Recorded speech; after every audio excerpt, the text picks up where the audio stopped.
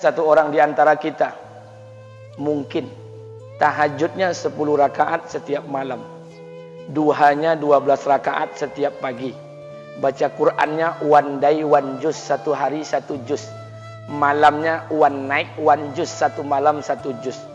Satu keluarga di antara kita nih puasanya luar biasa Senin Kamis. Satu keluarga berpuasa Senin Kamis. Tak cukup puasa Senin Kamis, dia puasa Nabi Daud. Sehari puasa, sehari tidak, sehari puasa, sehari tidak. Tak cukup dia puasa Nabi Daud, dia puasa-puasa sunnah lainnya. Istrinya nutup aurat dengan sempurna, pakai nikob, pakai cadar, pakai purda, pakai manset, pakai kos kaki. Suaminya 5 waktu ke masjid tak tertinggal takbiratul ula. Anak-anaknya di pondok pesantren hafiz dan hafizah. Tiap pagi berinfak, tak pernah menggunjing orang. Quran terjaga, aurat terjaga, tahajud terjaga, 5 waktu terjaga, duha terjaga, Quran terjaga, puasa terjaga. Sempurna satu keluarga nih amalnya. Tapi sudah 8 tahun dia tak tengok ayah ibunya. Sudah bertahun-tahun dia tak nyapa kedua orang tuanya. Sudah bertahun-tahun dia tak berhubungan baik dengan ayah ibunya. Sudah berminggu-minggu dia berkelahi dengan ayah ibunya.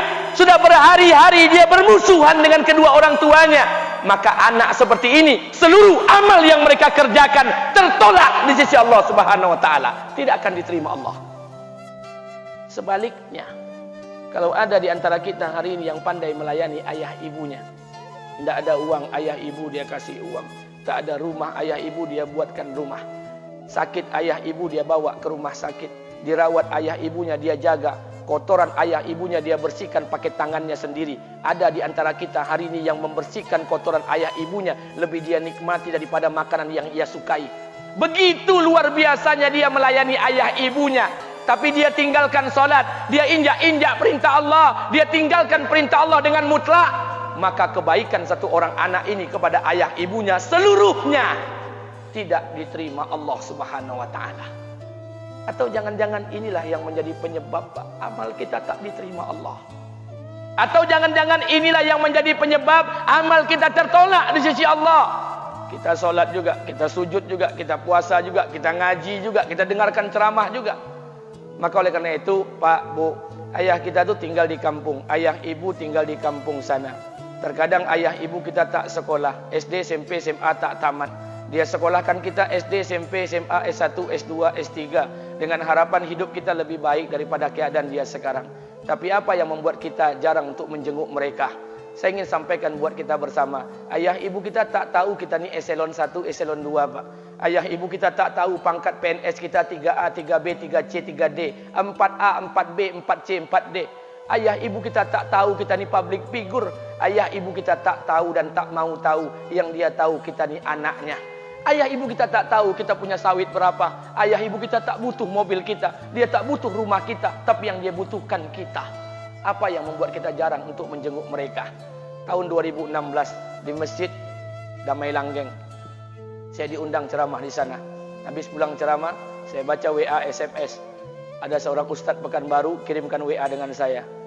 Saya baca 2 kali, air mata saya menetes. Kenapa? Karena WA itu berisi cerita satu orang ibu sedang menelpon anaknya.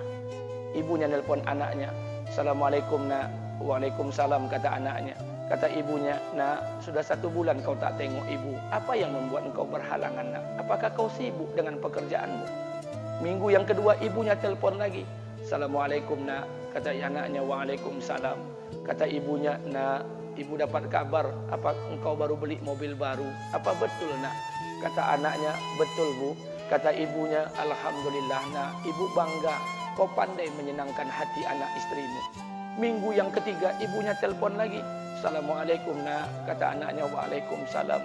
Kata ibunya, nak, ibu dapat kabar bahwa engkau baru beli rumah baru. Apa betul nak? Kata anaknya, betul bu. Kata ibunya, alhamdulillah nak, ibu senang kau bertanggung jawab dengan anak istrimu. Minggu yang keempat ibunya telpon lagi. Assalamualaikum nak. Waalaikumsalam. Kata ibunya, nak, tadi ibu pergi ke pasar, ibu jumpa temanmu di pasar. Kata temanmu di pasar, temanmu banyak bercerita tentang kamu. Kata temanmu tadi, kamu baru beli anak anjing seharga 40 juta dari negeri Belanda. Apa betul nak? Kata anaknya, betul. Kata ibunya, nak, dengarkan pesan ibu untuk terakhir kalinya. Apa pesan ibunya? Wahai anakku, engkau pelihara 1 ekor anjing. Kau siapkan harga anjing 40 juta. Kau siapkan rumah untuk anjingmu depan rumahmu. Kau jaga anjingmu pagi, siang, dan sore. Kau mandikan anjingmu pagi, siang, dan sore. Kau kasih makan anjingmu pagi, siang, dan sore. Demi Allah nak, dengarkan pesan ibu untuk terakhir kalinya. Apa kata ibunya? Demi Allah nak, demi Allah. Kalau seandainya Allah menciptakan ibu, kalau seandainya Allah menciptakan ibu untuk yang kedua kali di muka bumi ini nak, demi Allah, ibu tak ingin terlahir sebagai manusia. Ibu ingin lahir sebagai seekor anjing, biar berada depan rumahmu dan melihat wajahmu setiap hari. Ibu kita tak butuh harta kita, Pak. Dia tak butuh uang kita, dia butuh kita. Apa yang membuat kita jarang untuk menjenguk mereka? Pantas hidup kita tidak berkah. Pantas rumah tangga kita tidak sakinah. Karena hubungan dengan ayah ibu kita rusak selama ini. Masih ada kesempatan, masih.